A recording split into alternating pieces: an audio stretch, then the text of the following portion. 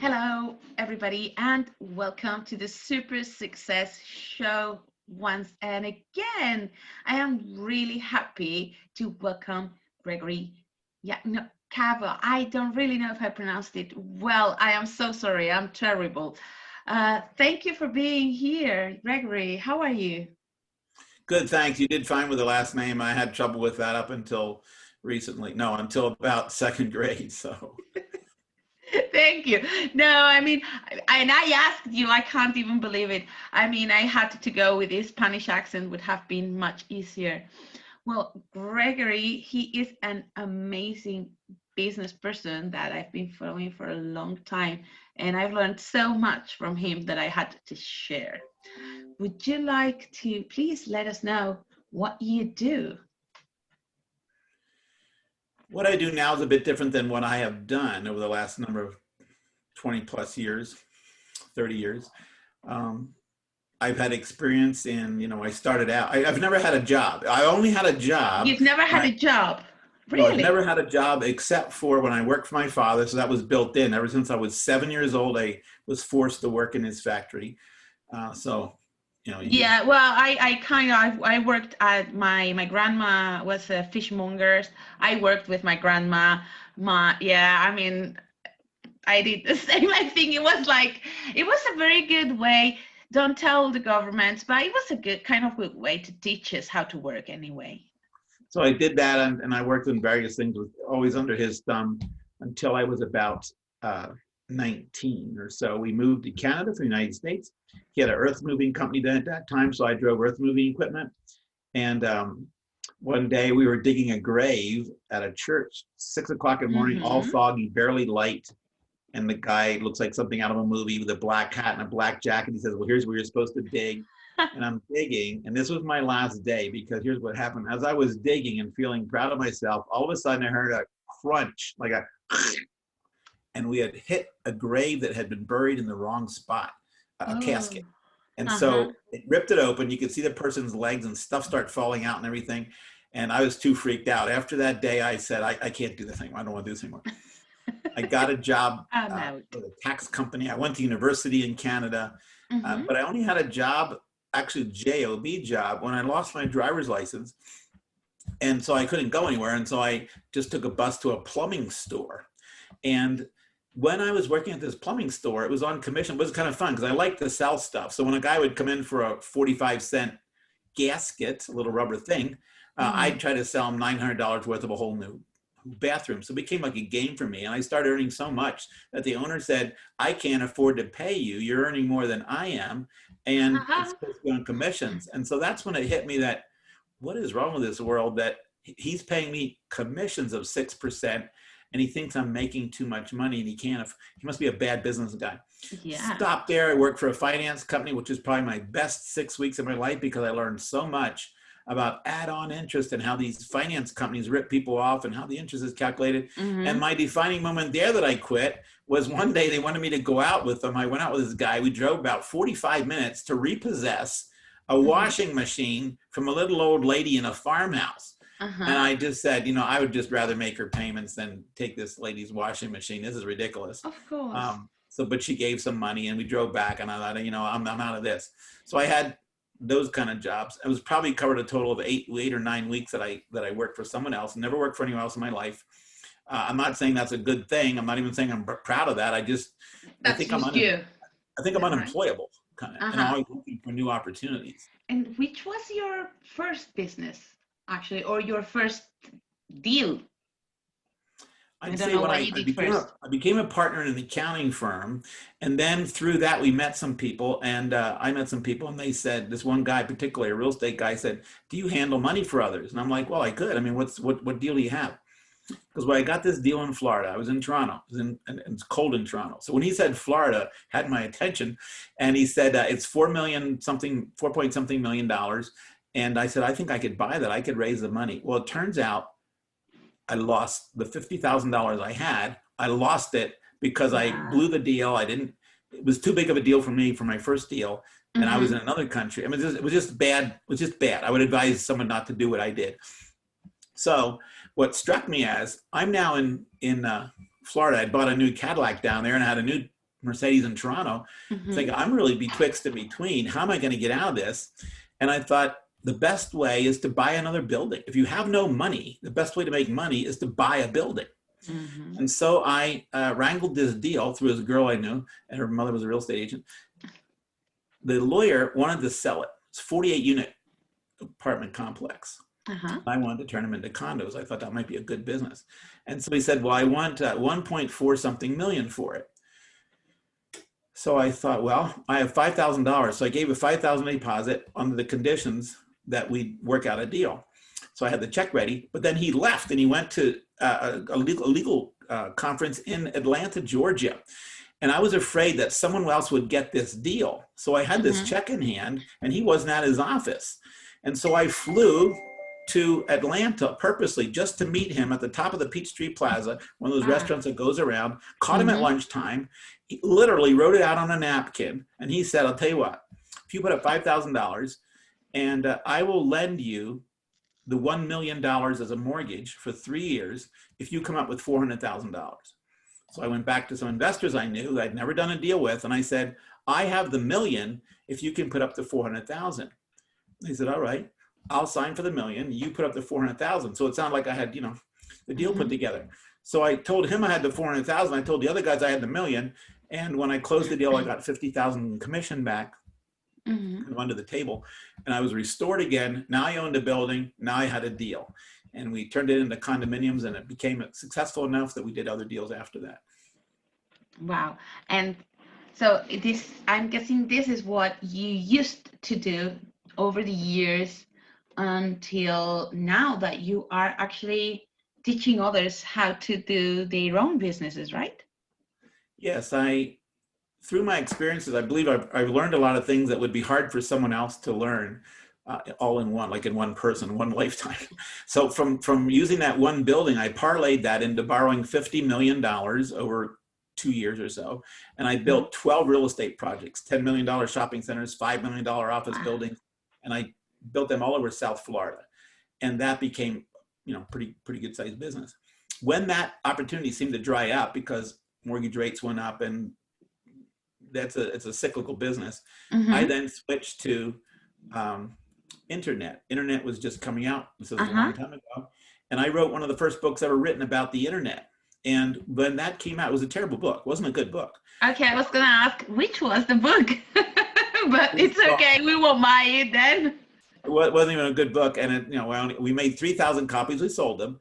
And oddly, two things happened from that experience. I couldn't find internet connectivity in the middle of the whole state of Pennsylvania. So I was frustrated by that, made a deal with the university that they would give me internet access because I was writing an educational book about how to use internet in education. Met a guy who had bought a book absolutely out of the blue. He bought one of my books and he said, I'd like to talk to you. And then he said, I don't really know what you're talking about, but I think you do. How much money would you need to start this publishing empire? He was in publishing. And that morning I just told my wife, I'm going to go to this meeting and I'm going to tell the guy, if you give me $50,000, we'll start a newsletter. And when I got there, I don't know what came over me. I thought, you know what, I'm going to ask for 100. While he's talking to me, I'm thinking, I'm going to ask for 100,000, thinking I can always settle for half.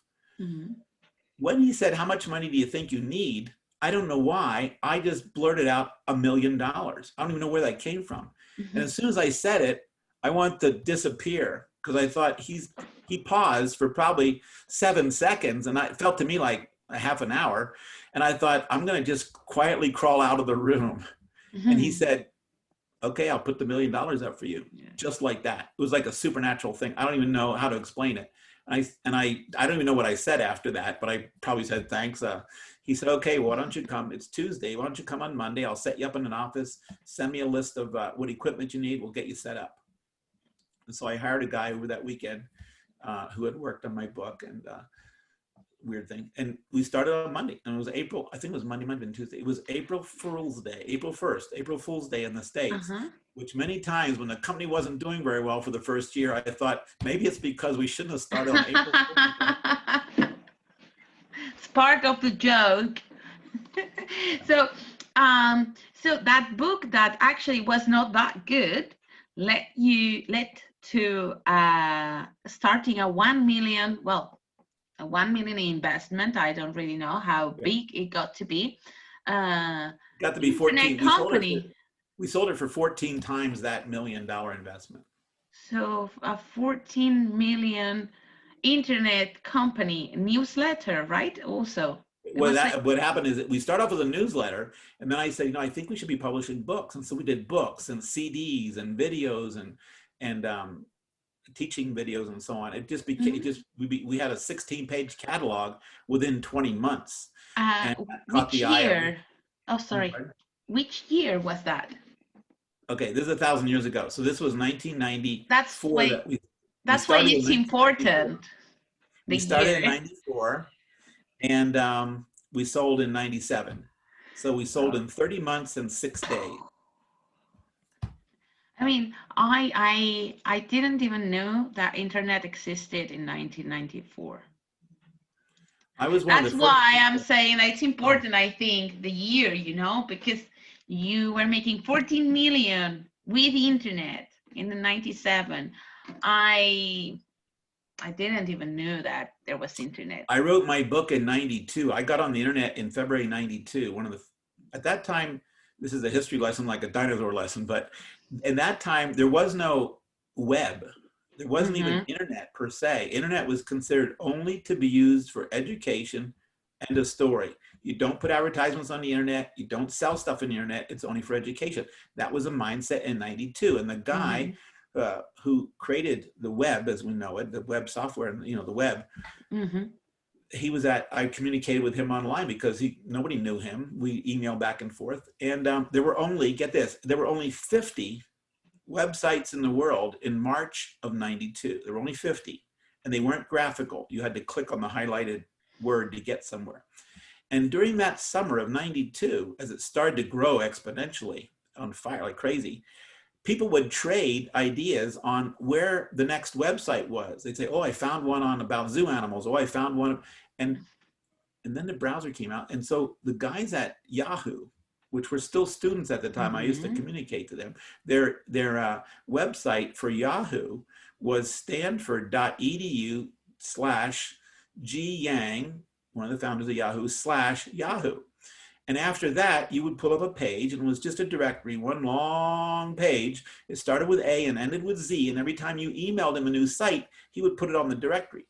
And that's how Yahoo started. And that was the only directory that existed in those days, Uh-huh.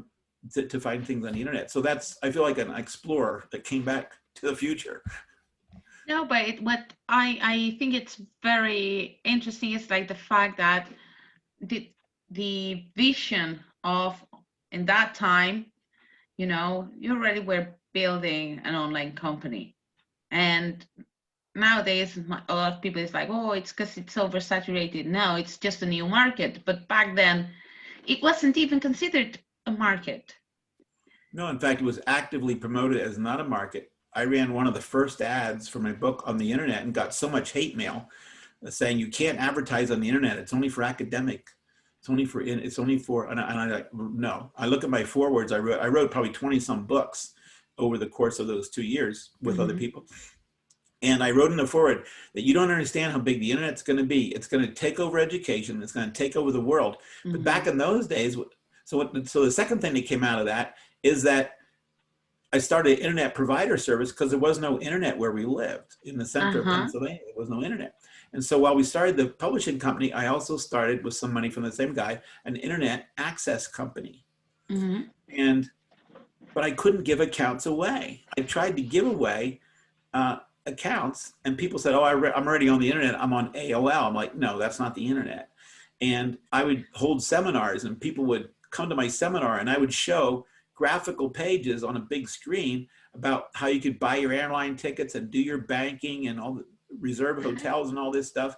And people would say, "Oh, how do I do that?" I'm like, "You can't do it yet, but it's coming in a few years. That's why you need to get on the internet." None of this stuff existed, but I said, you're going to be able to buy tickets and reserve hotels and buy cars and all this stuff online. But they were only interested if they could do that now. And so I was trying to give away internet access and couldn't do it because people said, "Well, who am I going to send an email to?" I'm like, just be part of the party and be part of the network effect. So Uh-huh. it took a long while. That was a slow that was quite slow actually to get going. That probably took about 16 months until it started to ramp up, because by that time you hit 94, 95, 96, when people started to get an idea what it was going to be. That's amazing. And how does this, you know, all this knowledge, all this vision actually, as all this way that you have to be able to see how things are going to be before they are, how does it help you with your mentees, with the people that comes nowadays to you and they are like, look, I have this vision, but does it help you to see if they are right with their vision, if they are just dreaming? And how does it, your experience with having touched it by yourself, help you now? Well, I think it's helpful if you've already done something and it worked out. You can tell people, how you did it. I think it's somewhat like describing a new perfume, just using words. Like people try to describe wine, and you can't tell until a girl puts it on. A guy's not going to know how the perfume really smells. Mm-hmm. And that's kind of like this visionary thing.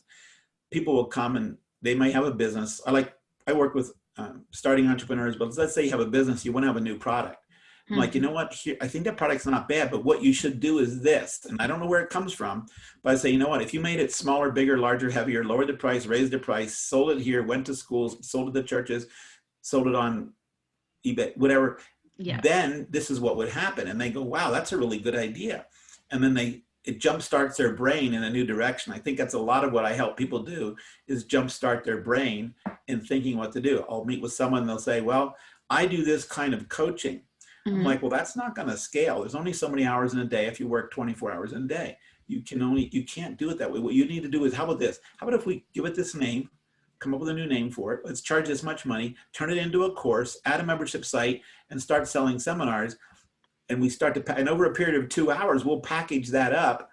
The project's not finished, but it jumpstarts their brain and saying, you know what, that's a great idea.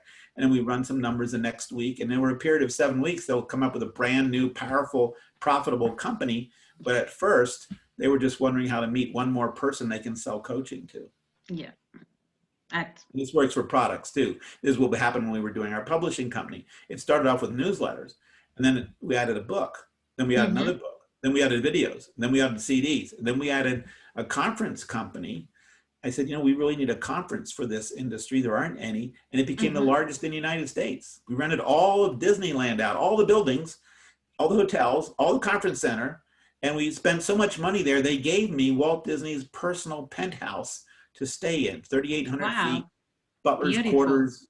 Oh, it was so impressive. It was unbelievable. Wow. But that's created out of thin air. And I thought, well, I just need this one woman to help me. She was really ambitious and aggressive. And that was, so I failed there, because you can't build a conference company with one person. Of course. Started off with seminars. Inside of 7 months, we had 13 people, and all they were doing was the conference.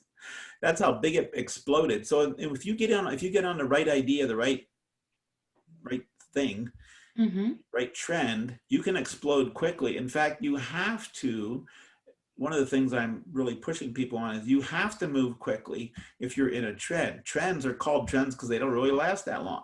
You have to get in on that and make your mark. So right now, if you wanted to start an internet access company, I don't think you'd be very successful, or unlikely. If you wanted to start a streaming company and compete with Netflix, it's unlikely.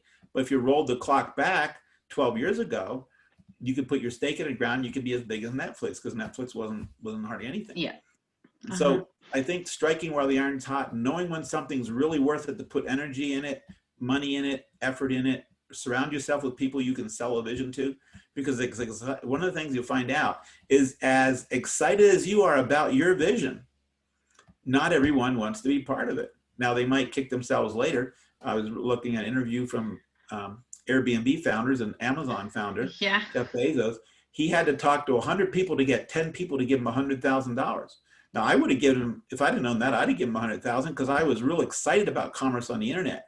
But 90 people turned him down. How do they feel right now? So not everybody's going to love your vision. They just aren't, and you have to just accept that as part of the process.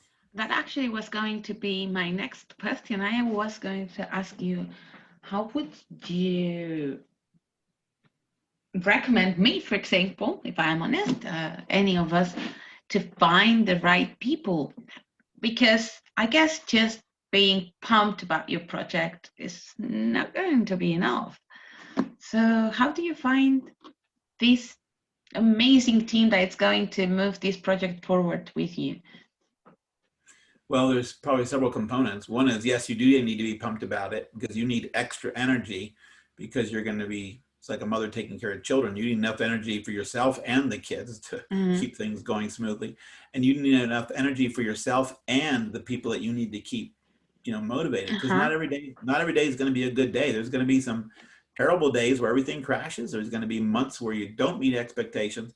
And I would say for me, I've always had big enough plans that I always brought in investors at the beginning. Not everybody likes that idea. It Mm-hmm. certainly would have been better if I could have done it without investors, but I might have missed the whole boat. It's like Mm-hmm. if you don't pay the price to get in at the beginning, you'll be second or third, fourth, fifth, or nobody in the Yeah. market. So I like getting investment money and just putting rocket fuel in that thing and pressing go, stepping Mm-hmm. on the gas. That's my style. That's not everybody's style.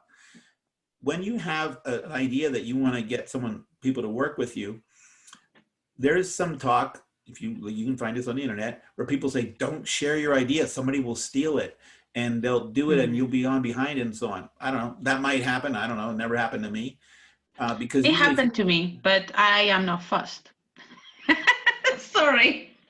but the power of your idea should be big enough that you can share it with people and find people who will latch onto it as well. Like, for example, if I'm going to take a rocket ship to the moon and decide I'm not going to tell anybody, then I'm less likely to get people excited about that. If I put a rocket ship to the moon in my front yard and I tell everybody about it, I'm going to get way more many people than the 3 or 4 people that I have room for. And that's why I think about a company. I tell lots of people about it. I make no bones about it. I try to get press releases. I'll put press releases out myself and get people started. And it's amazing the number of people that will reach out to you. Now, it won't happen every time. Sometimes you have to scramble. I've never had to scramble. And that's not, I don't think, because of me. I think because people that like the kind of ideas that I like will self-identify themselves and they'll come forward. When you run an ad, and it could be on Craigslist, it could be hiring a big recruiting company, it could just be mentioning it to your friends. It's amazing that, maybe it's not even amazing, but if you mention to your friends, I'm going to start this medical supply equipment company, and you keep mentioning it and mentioning it, and you tell them what you're looking for. Like a single girl says, I'm looking for a boyfriend. That's not the right Mm-hmm. way to say, I want a boyfriend that's this age range, Mm-hmm. doing this, doing this, doing this, and doing this, and that's what I'm interested in. That filters out.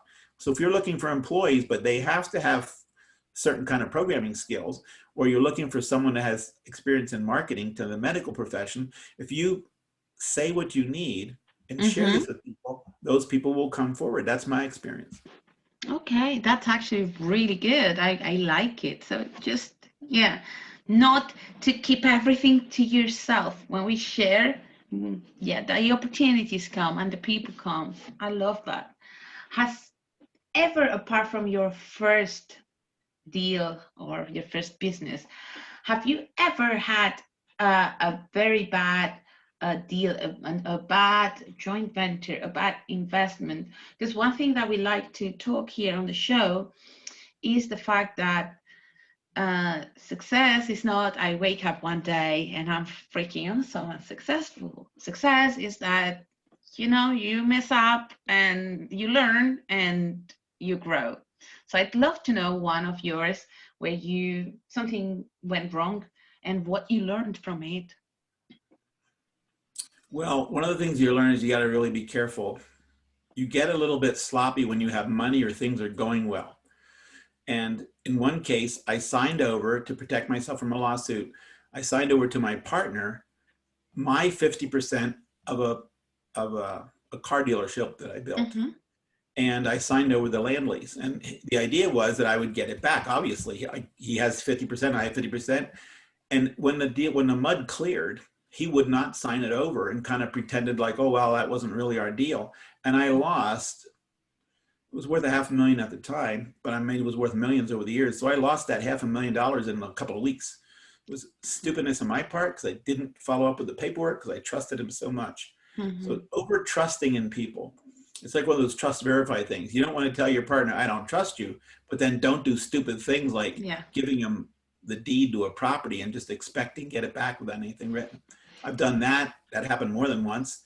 And then the one that was my biggest failure was my fault. When you tend to make money, this is what happens. I don't know if it happens as much to women, but it happens to men. And it's called hubris. Let's say you sell something, you have $1 million in cash. That immediately makes you feel smart. It's just the way it is.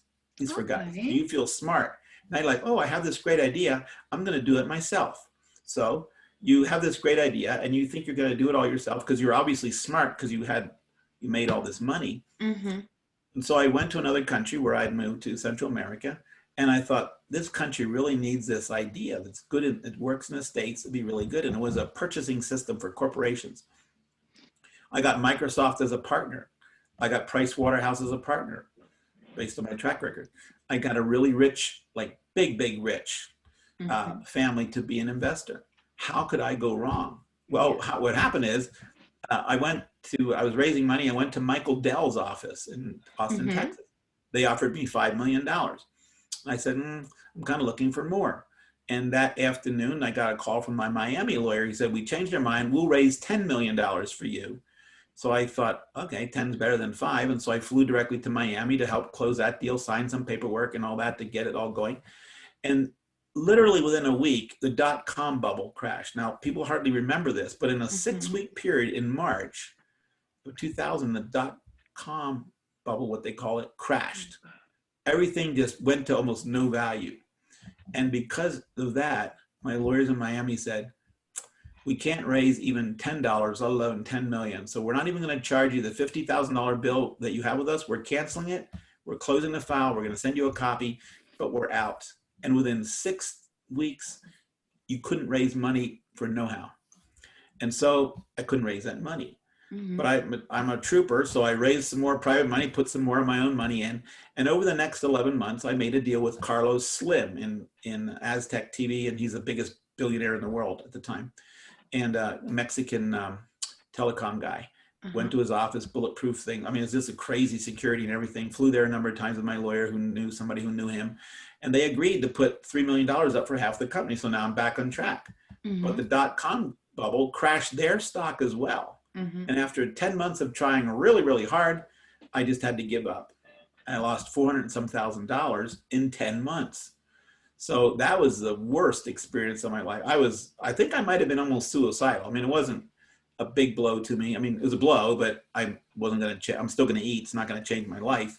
But it was really, really, really a crushing blow to the ego, lots of money lost. Goes to show you a couple things. When you have really rich partners, they don't care as much.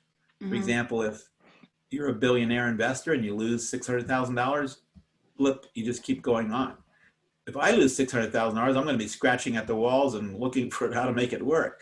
So partners abandon you when things go badly because it means nothing to them. It's like, well, we tried it, didn't work. Okay, next. They just blithely move on. And so that's a danger when you have a really, really, really, I mean, everybody, if I said to you, I have a person worth $22 billion willing to invest in you, that's probably not a good deal or not as good as you think it is, because they can just, if you're borrowing $1 billion, it's a good deal, they'll pay attention to you. But if they're going to lend you $200,000, that's nothing. They can easily write that off and keep on moving it. And you would think, dinner, right? Yeah, you would think, well, they have all this money, I can hit them up for more money later. That's not how it works. So I wiped out, lost my 400,000, lost 10 months to 12 months of my life working really hard on this crazy thing. And the end result was when I found out that the reason the software was not selling, the people weren't interested in it, was that what it did was that it eliminated under the table deals and corruption because everything was online. So if you're my boss and I want to order 1,000 pencils, you have to approve my order. If I want to buy them from here, you go, no, there's only 3 places you can buy pencils. And I'm like, well, I want to buy them from this other guy. No, have to buy them from these 3 approves. So what happened is it cut out corruption. And in Central America, that's how people live. They live on under the table deals, whether it's money back from a tire dealer or pencils or anything. Yeah. And so nobody really wanted to approve this software because it was going to cut out their gravy train. And so I didn't learn that. I didn't even think about it. I didn't pay attention to any signals until it was too late. So that was my biggest flop. Fortunately, not many people know about it, so it's okay. But it was my biggest. It's Well, actually maybe now they'll really, know about it. really, really interesting though, because I am sure that any time that you have gone to build anything anywhere that was like out of your country, out of your cultural kind of comfort zone, you've investigated after that happened. What's the culture? How do they behave? How do they do things? Right? Or am I wrong? Oh, that's definitely what you should do. But what I thought is, well, I'm going to mitigate that by getting local Microsoft office, a local Price Waterhouse, and a local really rich guy. But none of But that even helped because the underlying premise, I was incorrect. So when I look back, I'm thinking, what in the world made me invest in a foreign country when if you make a lot of money in, Cincinnati, New York City, why would you then all of a sudden go to some other country and think you can do the same thing? Why wouldn't you replicate it in New York or Cincinnati where you have contacts and where people know you? So it was really just idiotic of me. I was just I thought I had a great idea, and it turned out to be great. Some people made billions on that idea, but not then. I was like yeah, 7 years too early because internet wasn't developed here. It was a new concept, and I was just too eager. So that can happen.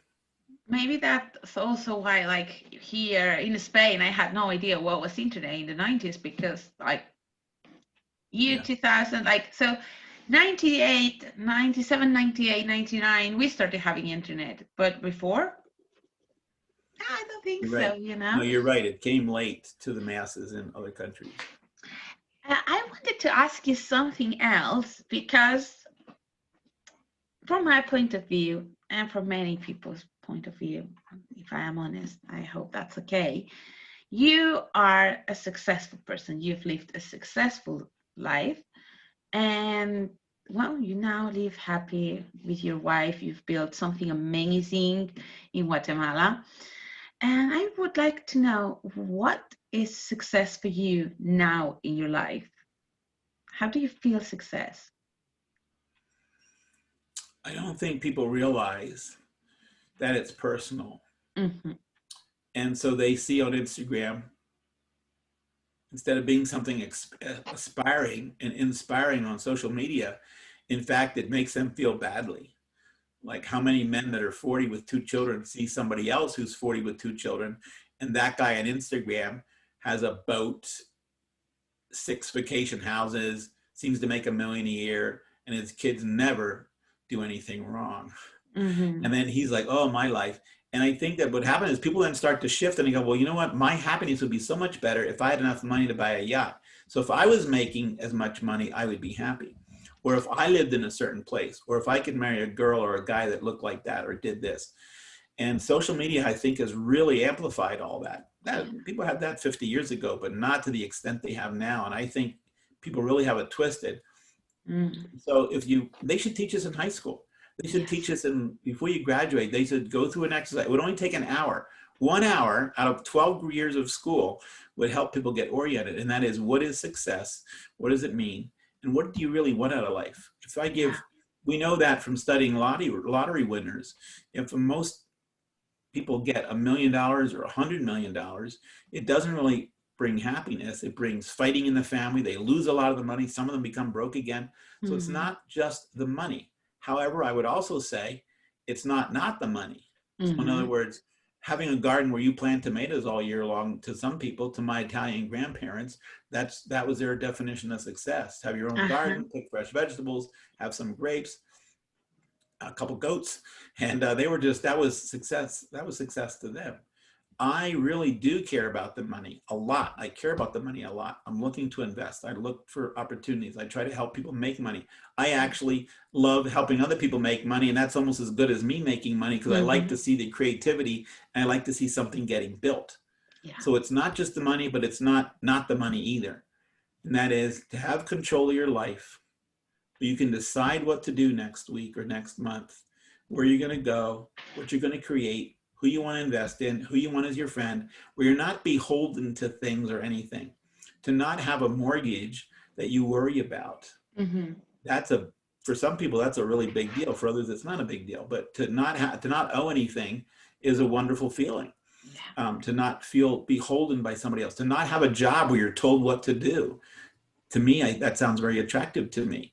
And I think if you say, I'm not going to be held back by debt that I owe, obligations to other people, to a job, promises I made because I'm in a small business that I can't keep up fast enough. You can have your own business and making decent money and still feel frustrated and not happy because it's just too much servicing your customers.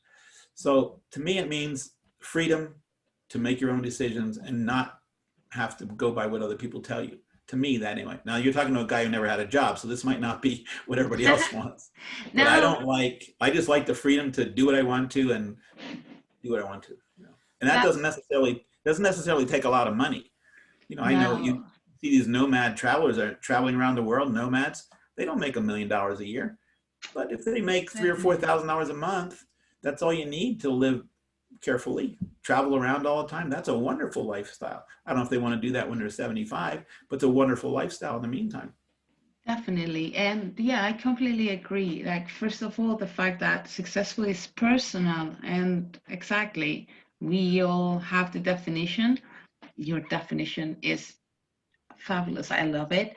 And that's why, well, that's why we want to see, different definitions of what our guests feel. I was going to say think is success, but it's actually how you are living success. That's why the question comes, because what I wanted to share with the audience is how you live success.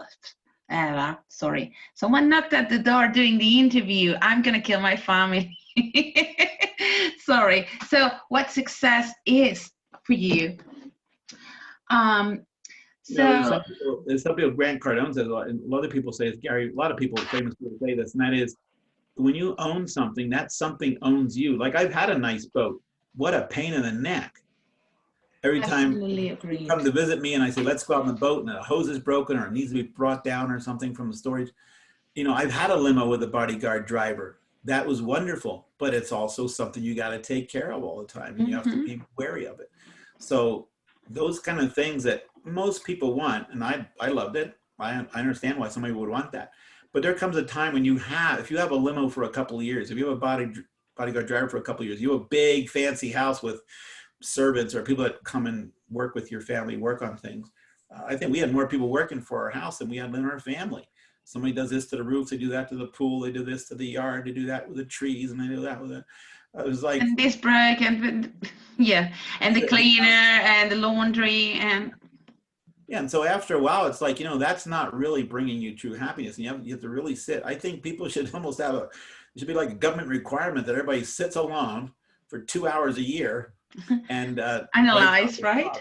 thoughts. So, because if you don't, if people, and people don't, I don't do meditation, but people don't even have, they don't even take the time. They have the time, but they don't take the time and say, for this next year, and I don't mean New Year's resolutions, but what I would like to be doing, not in 5 years, who knows what's going to happen in 5 years, look at 2020, but what I'd like to be doing in 4 months, how much would I like to be earning, what would I like to be doing with my family, when's the next time I'm going to go away, do I really going to get married to this guy or girl, do I want to, and really ask yourself hard questions so that you get easy answers. And unless you ask the hard questions, your life is going to be very hard. Yeah, that's so true. I mean, I think most people live not so happy or harder lives just because of that, because we prefer to go, like the horses, anytime something is tricky or brings really negative emotions on us, we put this on, we keep going, we don't want to look at it, and it's not there. We'll see when it comes back. So yeah, I love that. And I would um also mention that although people are like, oh, look at all the things you did, I really didn't do that much. I had great people that were working with me. mhm, My son, who was a programmer, to people that I hired that yeah, became part of the team, to people I brought in early on, people that, after you get 20 employees, you still keep hiring people. Those are the real heroes. I was sort of like guiding the ship. It's yeah, like if I was guiding a cruise, if I was a pilot or captain of a cruise ship, and it was mhm, 1,000 people had a wonderful time. And so they said, oh, we had a wonderful time on that cruise. It was the most amazing 6 days and so on and so on. I'm the captain of the ship. I don't really get full credit for that. I shouldn't, you know, Yeah. oh, you're the captain. We had a wonderful time on your ship. Well, I didn't do any of that back there, but I might get credit for owning the company or being the captain. And I always mention that to people because I want to make people aware too that there is no such thing as a self-made man, so to speak. No. You become Mm. successful. It's pretty well impossible to have this big successful company just by you working by yourself. You're always going to need services or help, money or whatever from other people. And so I always throw that in there to recognize that. Awesome. So, well, we are going to leave it with that because I'm loving this. Synergies and finding awesome people is what matters the most. And that's what this group is all about. So, get networking amongst each other right now after this. Just before doing anything else, I want you to go and say hi to somebody in this group, send them a message, and book a 20 chat and get synergizing. Thank you, Gregory, for your time and for being in the show. I have enjoyed this so much. I really hope we can have you again in the future when this is a hit and we are all super famous. Thanks. Yeah. All right. Take care.